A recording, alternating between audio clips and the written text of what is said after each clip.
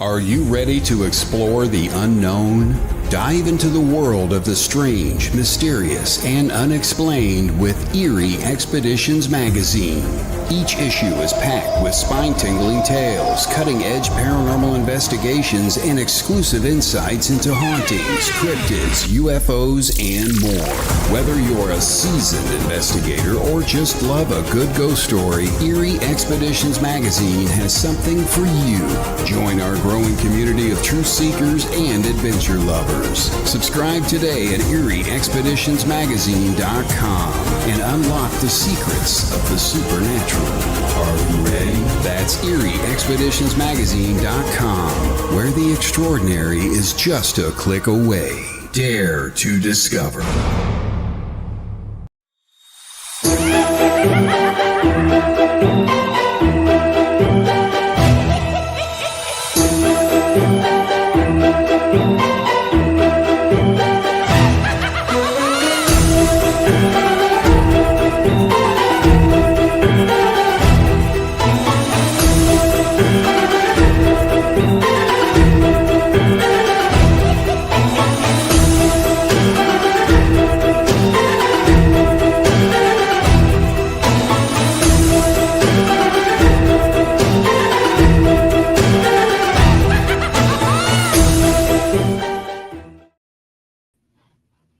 Welcome to this episode of the Gateway Podcast, broadcast live from the edge of the Mojave, where the strange slips through the cracks.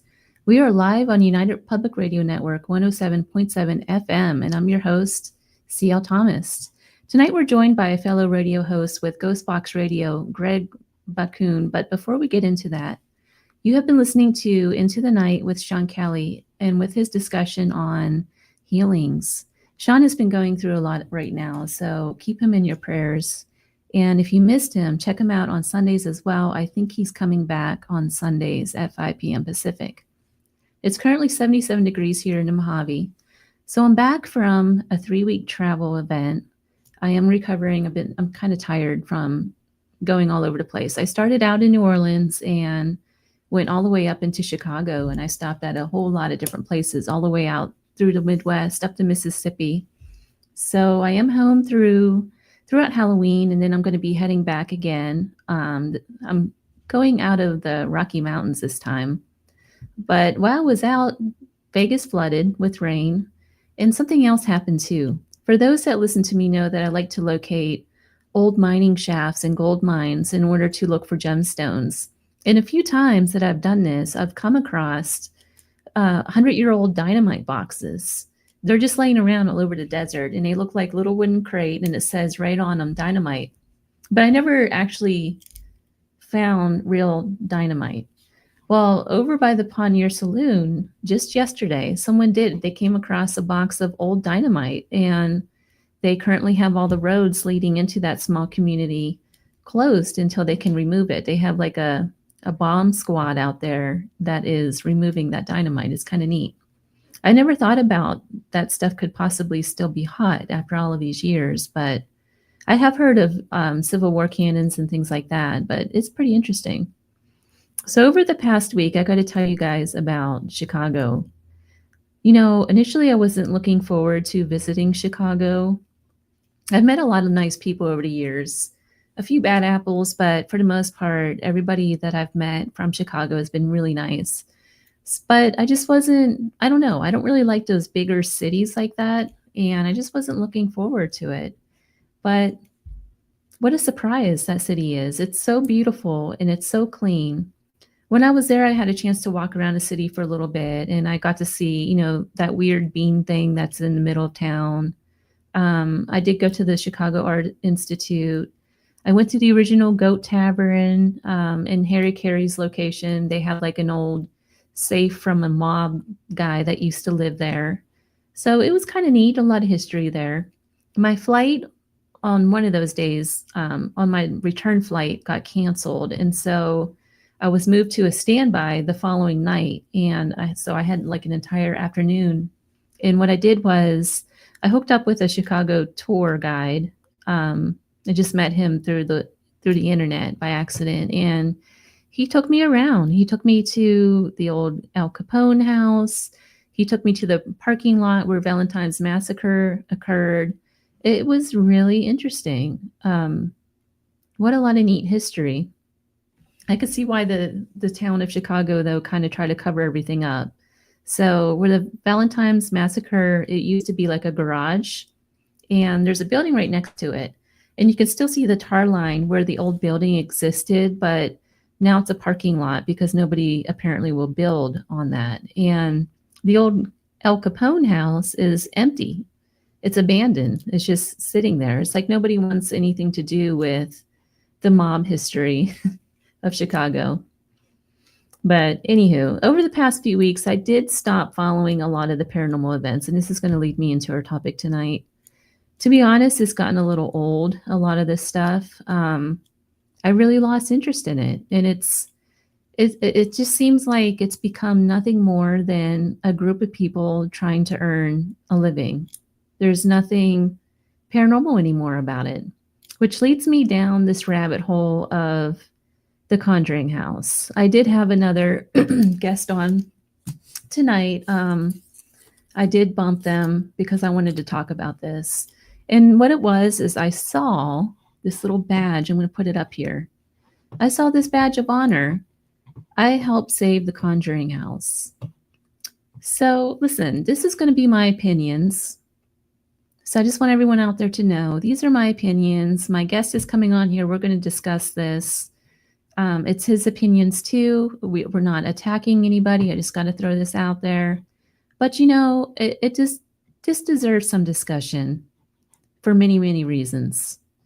So joining me tonight is Greg Bakun with GhostBox Radio. So let me get him on here. Hi, Greg. Welcome to the show. ICL, happy 100 episode. Yes, I forgot to mention that. I'm so stirred up about other things that I forgot to mention. This is my 100th episode. Mm-hmm. Who would ever thought? That's cool. So you and I have discussed this Conjuring house thing that's going on. Mm-hmm.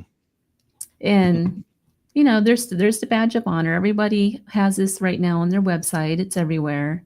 This is going around. The Conjuring house. Together we can make history. I helped save the Conjuring. I mean, what is going on here, Greg?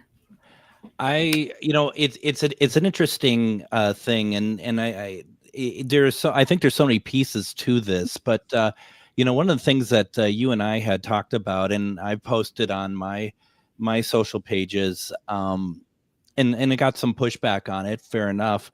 Is that there you have a very big paranormal celebrity in the form of Jason Hawes, who said that he was approached by Andrea Perron, who used to live in this Conjuring house, is what we call the Conjuring house for a hot second, and she had asked him because it's there's been some drama around it. It's up for auction now.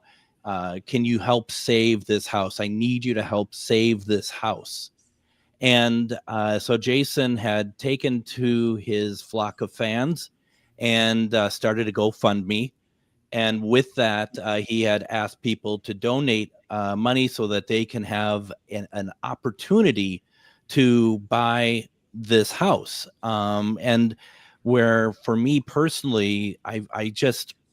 And my preface to this is you can put your money wherever you want, okay? I'm not trying to tell people how to spend their money. I am more trying to understand the purpose of why people are so interested in, quote, saving this place when probably 90% of the people who have donated have never gone nor never will go. And, I don't understand what people are like. It's the history. It's what's the history to it? The fact that the parents live there. If that's your answer, fine. That's fine. But I'm trying to understand. But to me, the bigger issue here, which I'm trying to figure out, is you have a paranormal celebrity who is asking for money to help save something that most people will never get to, and they just blindly do it.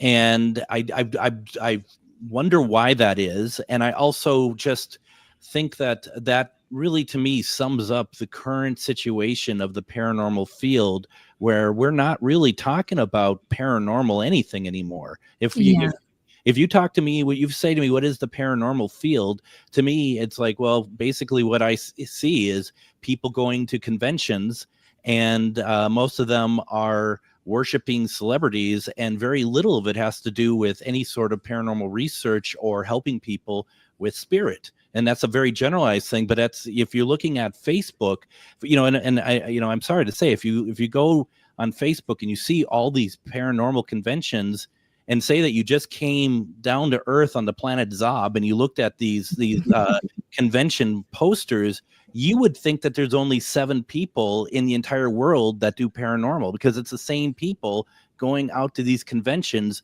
week after week, when there is hundreds of wonderful people who do wonderful research, and they're completely ignored. Yeah, you're absolutely right. And oh gosh, there's so many layers to this onion to peel away tonight. I don't even know where to start, but it's funny you mentioned the Paracons, because I had a big falling out a few weeks ago. Mm-hmm. And it's because I made a comment about one of the Paracons that went on. And what it was is this group of 15 people, they meet twice a year, and it's a hefty fee to get in the door of this thing. And they sit in a room, and they investigate the Washoe Club and a few other places around Virginia City.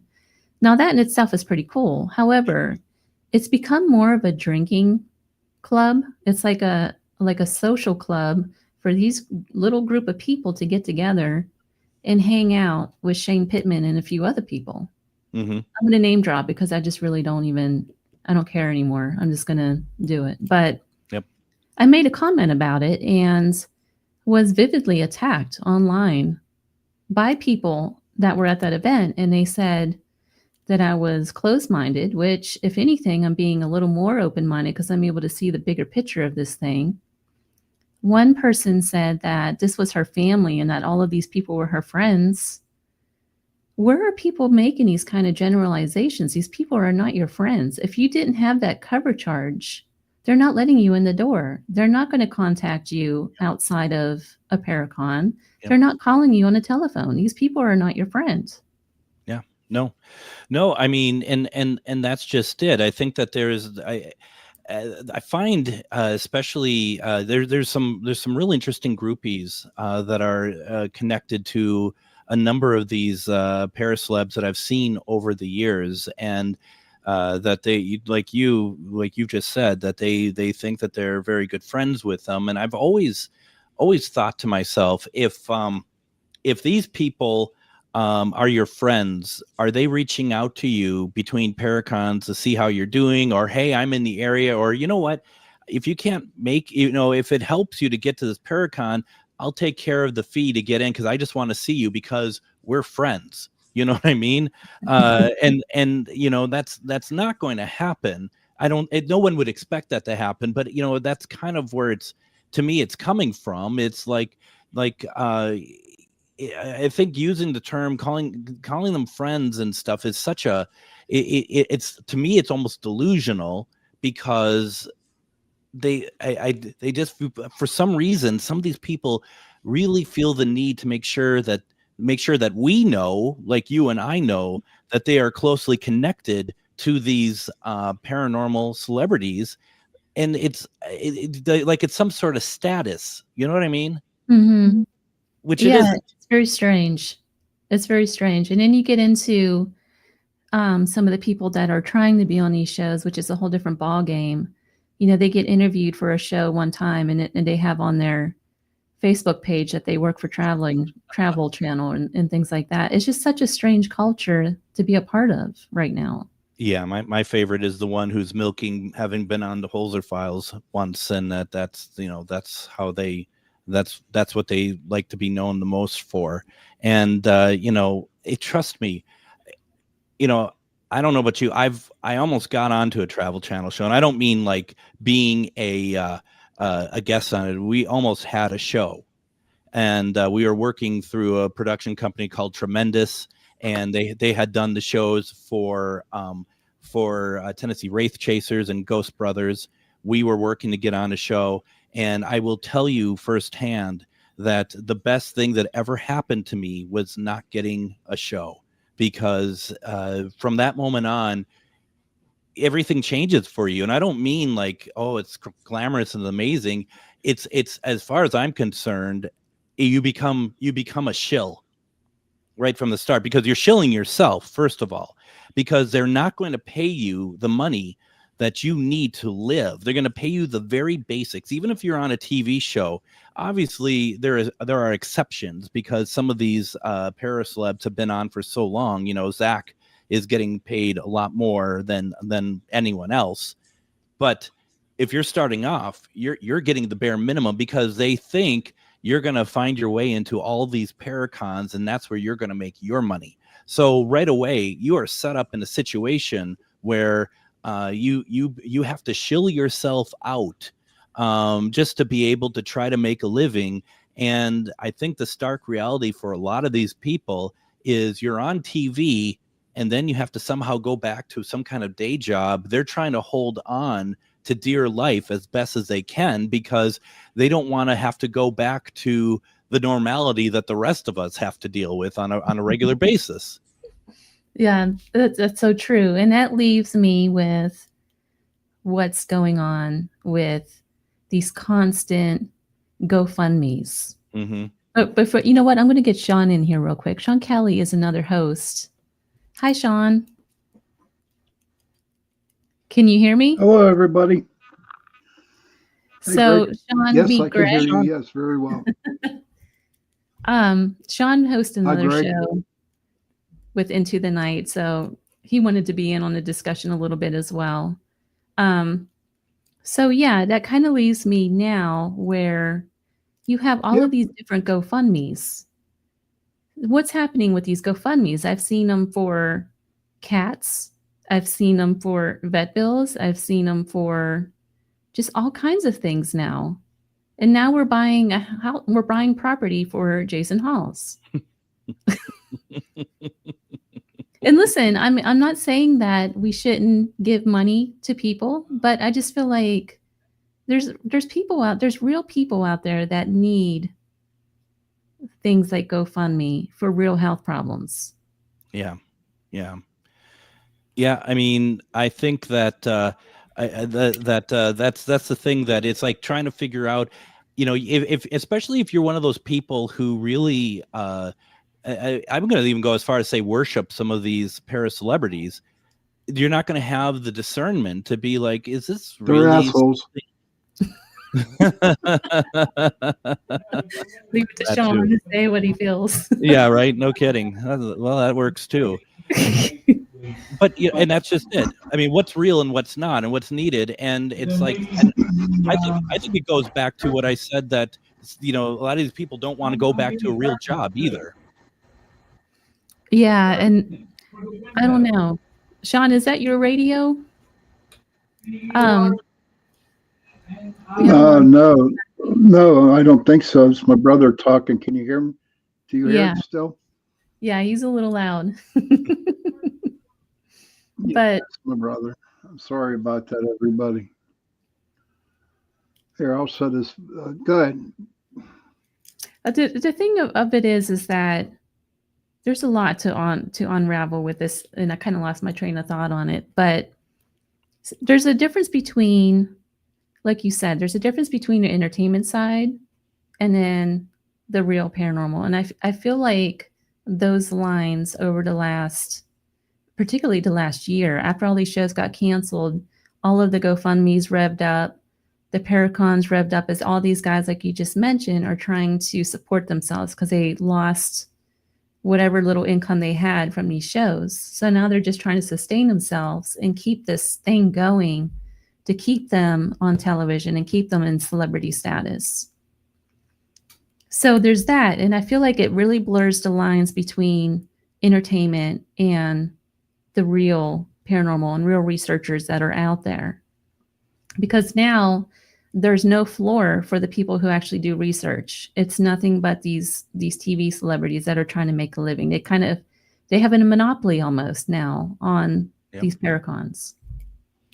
Yeah, they really do. And I think the thing with them is that, I was thinking, you know what? Why don't we all pitch in and put a go? What did he say? I don't know.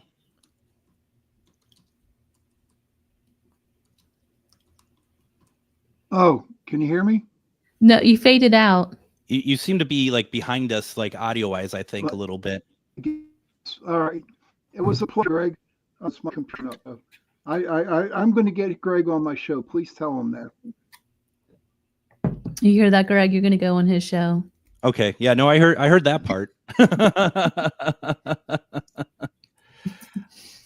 It just seemed like his audio was a little, like he was hearing us a little bit later than what we were talking, it seemed like. Yeah. He's got a lag on his audio for some reason. Yeah, one of those internet. Internet swear to lag. God. I was just going to say though that basically that when all these GoFundMes and stuff, it's I think the thing that's really frustrating about it is that there might be some GoFundMes in there that are that are legit, that people really need, but when you get the onslaught of them, and it just seems like that they're they're not all for like stuff like what I would consider. I think that's where I would do GoFundMes if my health was an absolute peril and I couldn't possibly pay for all the bills or whatnot. And you get stuff where people are, and I know this sounds like I'm judging people. I'm trying not to, but it's just, what on earth is it that people are like, I need money for my heating, for my electric, and it's like, well, what are you doing? And all you see people do when after you give some money, all you see is them going out to other like paracons and stuff or investigations, or showing off new equipment that they bought, and you're kind of like, what? So you could do that, but you said you needed help for just like cat bills or whatever else. That's the part that's really kind of hard to be like, for me to be understanding about, I guess. Yeah, and I've seen that a lot too in the paranormal community. Just recently, in the last few months, I've seen at least 2 or 3 people out there who were collecting money for eviction notices and things like that. But when you go through their Facebook, they're at paracons and things. I mean, these paracons are not cheap. No, and before anyone is judging us, like, why don't you just give the money? Why would you go through their Facebook page? I would guess just about everybody who is donating or see one of those, you're going through that person's page. You just are. That's just human. So I don't want people to be like, oh, well, you guys are judging. You're looking for a problem. And it's like, I don't think so at all. I think what we're doing here is we're trying to understand, because we're seeing an onslaught of these.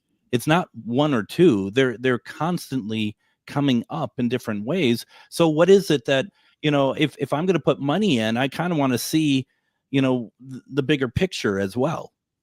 Yes. And I think that's it. You just hit it for me. I give money all the time to different charities. So it's not like I don't give to anything. I give a lot of money, actually. Probably more than at least 15% of my income I give out to other causes. But those causes are people who are really in need. They're people in my community. They're people, like for Christmas, I always adopt a family and purchase, toys and things for the kids because the family can't do it. So it's not that I don't give money. So I hope people don't hear that. That's not what I'm saying. It's just when you see these kind of things out constantly like this, where people are making poor judgments maybe, or I don't know. And that goes back to this whole paranormal thing where people are almost like worshiping these celebrities. And I think what we're kind of dancing around a little bit is that I think we are feeling like there are certain, and I don't mean all, but there are certain people doing these that are using their celebrity influence to influence other people to put into Yes. their GoFundMe or whatever money making thing that they're trying to do, and that's fine, but it feels like, there's that is just the whole goes back to, why are we doing so many GoFundMes if you're having trouble making ends meet and you're a para-celebrity? You may want to try to find a job. I'm sorry. I remember Brian Cano at the Las Vegas convention, and talking with him a little bit, and he said to me, he goes, the thing that people don't understand is I'm on these shows and stuff, but I'm also at Amazon lifting boxes to for shipping and stuff. He's still doing, at that time, I don't know what he's doing now. I mean, that was 4 years ago, but at the time he's just like, people think that I am doing all this stuff and making a living off of it, but I'm doing these other jobs so I can make a living, be able to pay my bills. And I think that's important, because I don't feel like a lot of these people think that they should be, that if they did some paranormal celebrity, been on a show or something, some, not all of these people kind of feel like that they should continue to live that lifestyle, even though that boat has shipped now about 3 years ago. More like 5 years ago. Yeah. If you really think about it. Yeah, there's a couple out there with GoFundMes. One guy lives in a 4-bedroom house, and he drives like a really nice car, and he's living off of GoFundMe. I mean, why are you not downsizing at least? Mm-hmm. And I'm not trying to be judgmental about this. I'm just being realistic. You're expecting everybody else to pay your way, but then you're living better than most of the people out there. Right. And don't you think that this is a conversation of more of maybe not, I mean, I know we've been focusing on the GoFundMes, but it's also like, just for folks to understand that, just be aware of what's kind of going on out there with this field, that, that there are people making some money. I don't doubt for a second that the people who are going to these conventions who are, quote, celebrities are not exactly always making the best money. I don't think that they are. But the point is it shouldn't be on, just if they're not working, it shouldn't be on just the fans to try to kind of support some of these people as well. And I think that's where my mind goes to, is the, just so people have awareness of that, be careful of the stuff that's being asked of you, and do the research and make sure that you are, the influence that some of these folks are putting out there, you're not, that you're not giving into, that you're just a little bit more discerning about some of this. Yeah. And, I've made my mistakes in giving money in the past to a few of these GoFundMes, and pretty much got burned by it. I thought these people were my friends as well. And it turned out that's not the case. They were just in it trying to make a buck from me, basically. Yeah. So it was a lesson that was hard learned. Well, and that's just it. I think it's very easy when we see some of these people, on TV or whatever a lot, we meet them, and if they show you any kind of favor, it's not impossible to be like understanding, like it's not impossible to be put under that spell of like, wow, you know what? I think we're friends. I think this is, I mean, it's not, I'm going to say it's human for that to happen. But once you kind of start to realize for some of these people, and you just kind of see how they treat you when they only talk to you, how you're giving them money, and then you see them turn up in like a really nice car or something, and you're just kind of like, Well, you're doing pretty well, aren't you? But yet you still have this GoFundMe going. Those are things to really, kind of, if you want to still give money, that's your money. You do whatever you want, but it might be time for you to start thinking about, well, is this really the best use of my money? And are these people really my friends? And what's worse, why are we placing them on pedestals in the first place? Back to the Conjuring house.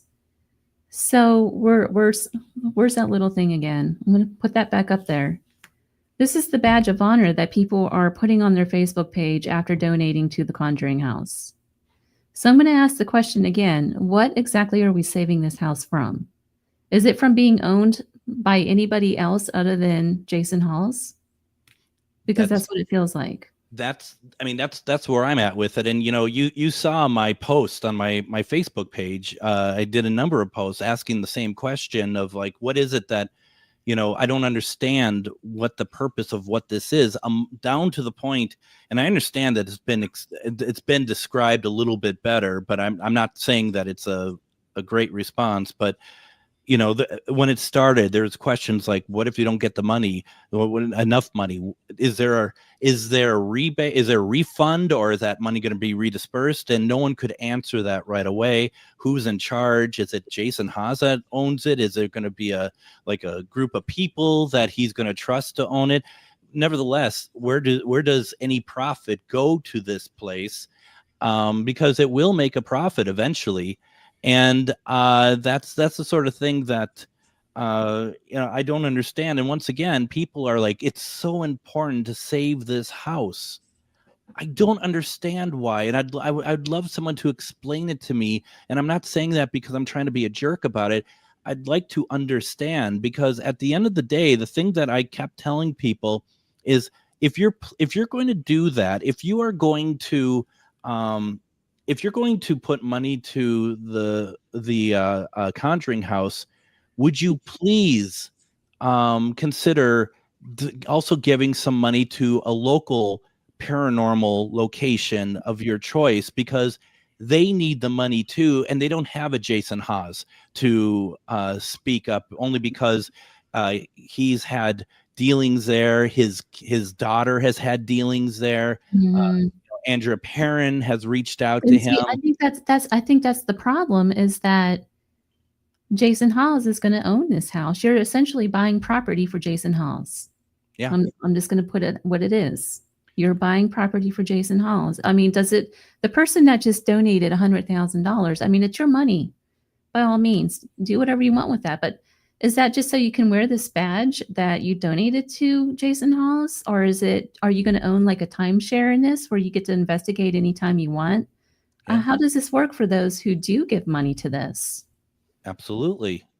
And that's the thing that, and I understand for the people who are giving like $10, $15, it's not a whole lot of money to just say, yeah, I did my part in putting money towards the Conjuring house. But what about those people that are putting 5, 10, 15, 20,000, 100,000 into this? You can't tell me that you're not looking for some sort of, some kind of notoriety out of this, some kind of notice. Maybe you're looking for a time slot for TV or something. I don't know. That, and which is funny because there is no TV. There's that streaming service that everyone thinks they're going to be.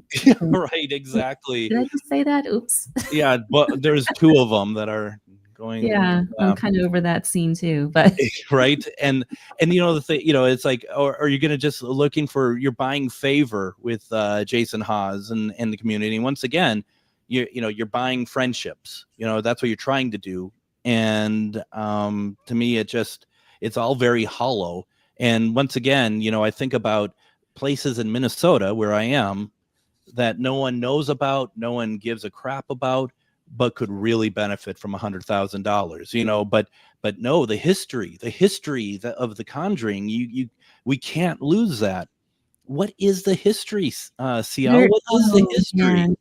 Well, I did a little bit of research on this, and I've read Andrea Perrin's books. And I'm just going to throw this out here. I've met her in person. Mm-hmm. She's a very nice lady. I don't have anything, and this is not an attack on her by any means. But I think I think the books are very highly embellished. I think it's just for a movie. I think it's for money. Yeah. I think it's that fine line between entertainment and reality in the paranormal. And unfortunately, I think with the movie deals and all the money that was made over the years on this, I really think that it's just for the movie aspect. And you led me to an author, which I never even heard of. Her name is Shannon, with Paranormal Folklore No More. Is that the name of it? Yep, that's it. Where she does the background research into the main character, Bathsheba. Is that the name of that? Bathsheba. Yep, Bathsheba. Yep. And it's a completely different story. Yeah, very. And I know that Andrea got very, if I'm not mistaken, got very angry with Shannon for coming up, with this falsification of Bathsheba, of being not the nasty witch that the Perrin family says she is, but in fact, someone who, never deserved that sort of misinformation about who she was. And folks, I'm going to ask you to think about this. Bathsheba's been dead for, 150 years more, something. I don't quite know. But imagine someone getting your legacy wrong and is actually fighting to keep it wrong because it makes your story better. That's horrible. That's really horrible. There is no excuse for that. None whatsoever. But unfortunately, and see, I hope I'm not going off the wrong tangent here for you. But no, you know what? I say whatever I want these days, Because this is what it comes down to. You get someone like Shannon who writes this book and writes about Bathsheba that way. And all the people who support Andrea, they don't stop and think and be like, oh, well, okay, I'm going to take a look at that just because I'm curious to know maybe what, is this true or is this a mistake? Or I can read it and make up my mind, and I can still think it's wrong, but I'm going to do it all the same. But instead, you have people, and this goes across all paranormal personalities, they blindly will defend these people without looking at any of the facts. And it shouldn't even be as harsh as what I make it sound like. It should just be an open conversation of, you know what, this is what you thought was what happened, but there's information that came to light. Why don't you consider, reading this and taking that on board? But instead, you find people, anytime that you have any criticism or even feedback about some of these people, they just get ferociously angry. I mean, you just made the point earlier in the program about even just giving your opinion on a Paracon. Oh yeah. Anytime you give any opinion that's different from what I'm going to call them groupies, because that's what they are. The groupies, if you're saying anything outside of what they believe, then they're going to attack you full-hearted. Absolutely. But as far as the people that lived in the Conjuring house, there's a whole list of them. One in particular, there's a bunch of newspaper articles about her. Her name is Norma Sutcliffe. She lived in the house from 1987 to 2019. So that's a long time. She says the house is not haunted. She even tried to sue the Warner Brothers for all the emotional distress and for the harassment that she was receiving while she owned that property. So it's kind of interesting. Why would a homeowner for that long come out and say that? Yeah. I mean, and that's the thing, because us as fans, we get fanatical about this stuff. So now this house that no one ever really knew about, suddenly everybody's flocking to see. They have to, can I get in and investigate? As you talked about, just the same as Amityville as well. Oh yeah, Amityville, perfect example. That one, the guy even there's a documentary out right now where the guy admits that he came up with the demon story just to get a lesser sentence. And that he was heavily on drugs. There was no demonic activity going on. The current homeowners of Amityville say the house is not haunted at all. Mm-hmm. The photo with the little boy that the Warrens had taken, which this is what kind of had me rethinking the Warrens initially. The photographer is the one that's in that photo, the little boy. It's the photographer. And if you want to know if you want evidence of that, I can definitely send that to you. For any listener out there, email it to me and I will send you the documentary and the recreation. There's a guy that recreated that whole scene. And that's the bit that bums me out, because I love that photo. I think it's so cool, but it's not real. And but if you take someone like the Warrens, though, who were supposed to be, the godfather of paranormal, how did they miss that? How did they not know that the photographer is the one who did that? Well, and I hate to say this. I mean, and this is there's a lot of cases that they were a part of that.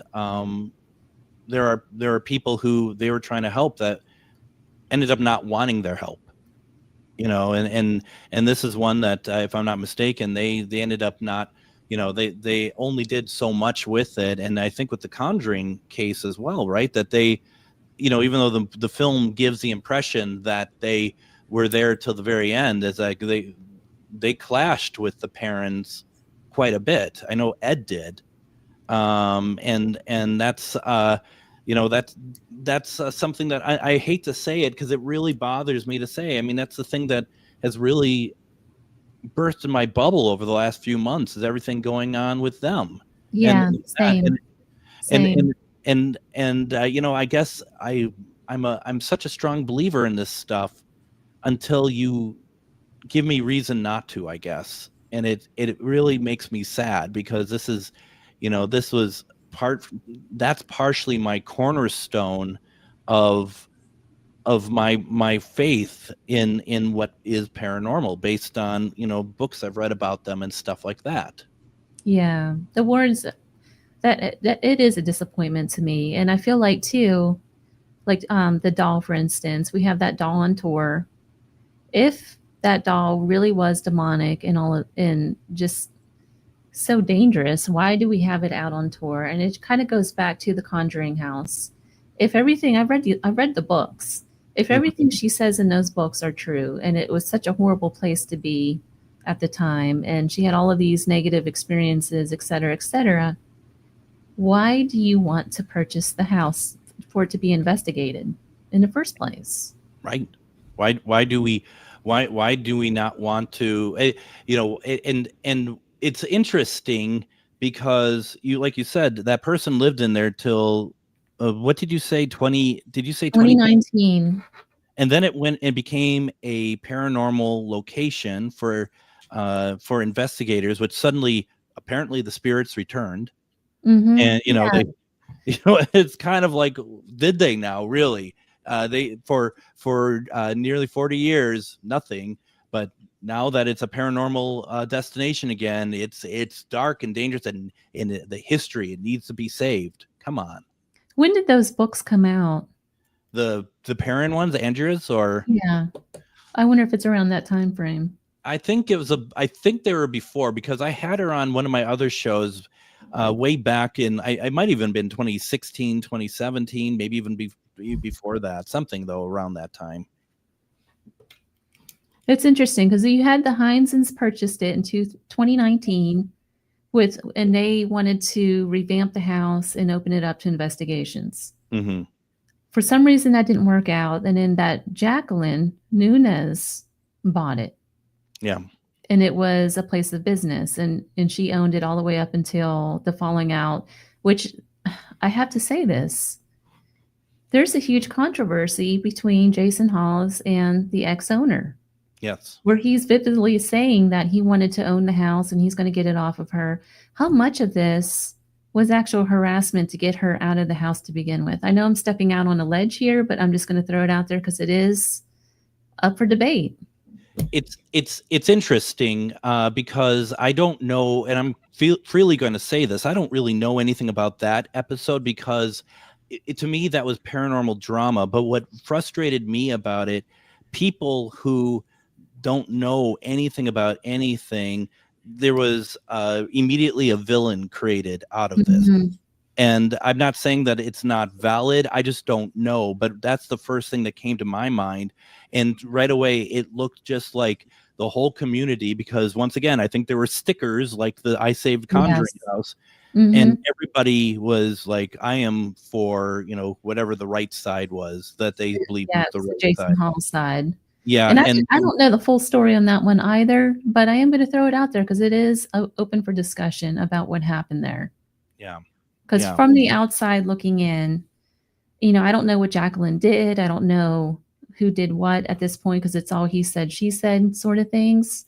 Mm-hmm. But I can say this, there was a lot of paranormal bullying going on because what he did was he took it to social media and got all his fans against this woman. Of course she's going to lose.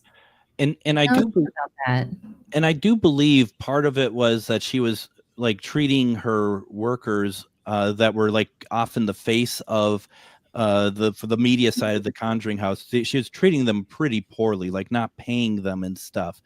But at the same time, once again, and this is, I think, a big problem with social media anyway, and you just said it, is when the way of getting to the bottom of it is that you are bullying somebody, and bullying doesn't always mean that it's a victim being bullied. Sometimes any kind of like mass oppression on someone, that's bullying.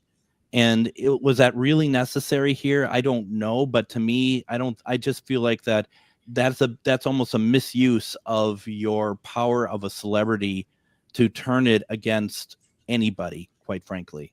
Yeah, well, I've seen that before in the paranormal community too, because unfortunately, that's a thing in the paranormal world as well, where you have different celebrities who take a stand on something that they feel like they've been slighted in some way, and they always have a victim. I've seen it a lot with at least 4 or 5 different celebrities out there now. And what they do is they'll rant about it on social media, and then all of their fan base will go after that particular person. Yes. I've seen that many times. And it seems to be, that's become like their way of,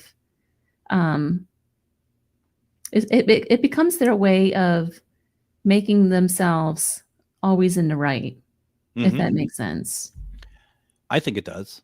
I mean, that's the way it looks like, in that, and they can use their power, if you will, to sway that in the right way. And you got to ask, how many times, because there are some that have done this many times, how many times does it take for people to kind of be like, you seem to be in this situation quite a bit. Are you sure it's not you yourself? There's at least 2 or 3 of them that are always in that situation. It seems like. Absolutely. And I don't know about you, but when I have issues, generally I keep it to myself, because I find that when you put someone on blast like that, it doesn't always work, and there has to be a better way. That's the way I feel about it, at least. Yeah, same. And watch, because we're doing the show, I bet you I'll get blasted. Just wait. Yeah, I don't know. And the thing is like like with you. I mean, I don't, when I do my show, I don't really try to bring on celebrities any longer, because it doesn't. We're not talking about anything new here. We're not talking about any discoveries or research. We're talking about shows that have been made 3-4 years ago. There's a couple that I find I like quite a bit. I do like Brandon Elvis. Yeah, I do too. And I like, I just had on Jason Hewlett from up in Canada last night. But the thing is, it's like, I much rather have someone come on the show and tell me new research or new theories, new concepts that excite them, and we can talk about that, instead of being like, kind of a fan wank of what they are. Some of these people are, talking about the glory days from 5 years ago. You know what I mean? Right. I'm in that same boat, and I've been saying that for a long time. So yeah, it's, what a world, what a community right now. But And I was just thinking about it, that I for a while I was going to interview Dakota from Project Fear. I mean, and it fell apart. Then he got in touch with me, and he's like, "Would you still like to do this?" And Yes, but then it fell away. And it's like, even that, who I think that those guys are all really pretty cool. I think they have good heads on their shoulders and whatnot. But even that is just like, what's that going to do? That's not really going to do anything. And it's certainly not going to help my listener base by having these celebrities on, because they might come to listen to their favorite person on my show, but they're not going to stay afterwards. They're not going to stay for the next night. So it doesn't really matter anyway. Yeah. And it's because they only want to hear the regurgitated stuff from that celebrity. And they hope that if it's a Facebook Live, they're hoping that we'll put up their comment and this person is going to say their name or something. I do believe that's a big part of a lot of Facebook Lives. I think you're right. And I have a rule on my show, and I tell my guests this: if people come in the comments and they say hi, please do not say hi to them, because I'm also a radio show, and people listening on the radio are just going to be like, who are they keep saying hi to? It makes no sense. So, yeah. Well, we've discussed a lot tonight, and I hope people don't think, this is a soapbox, I guess. I just saw that badge of honor going around today and thought, you know what? I'm going to go ahead and have a discussion about that. This is just an open discussion. It's my opinions. It's not meant as an attack on anybody else out there. So if you're listening and you think that I'm just a total evil person because I stated my opinions, it's just that. It's my opinions. Yeah, absolutely. So, me too. But Greg, thank you so much for joining me on the show. I can't believe this hour already is gone, just like that. You are the host of GhostBox Radio. Where can listeners find you? You can find me on Facebook, GhostBox Radio with Greg Bakun. I'm on YouTube as well at MN GhostBox Official. And then I'm actually on the air on AM950 every night at 10:05 p.m. And you can go to am950radio.com for the live stream as well. Greg, thank you so much for joining me with this soapbox tonight. I know it was a hard episode. I know we talked about this over and over again over the last couple of weeks, and I just felt like I really needed to discuss some of this stuff that I see going on in the paranormal community right now. Well, thank you for inviting me on to that, and 100 more episodes for you too. Oh, I hope so. I'm definitely going to change, just from what we talked about tonight.